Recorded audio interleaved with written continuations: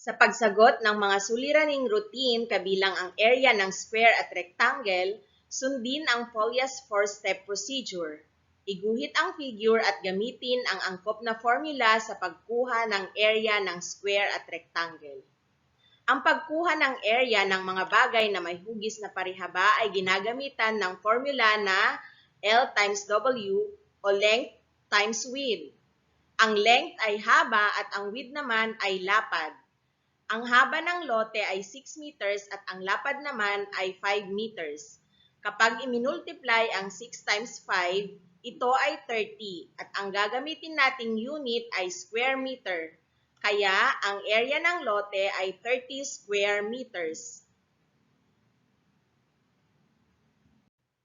Tandaan, ang area of rectangle o parihaba is equal to length o haba times width o lapad, or area is equal to L times W.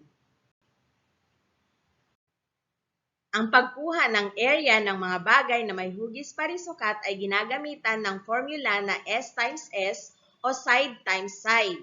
Halimbawa, ang cardboard ay may sukat na 50 cm sa isang side. Ang lahat ng sides nito ay 50 cm.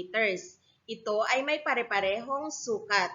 Kaya ang area ng cardboard ay 50 times 50 cm.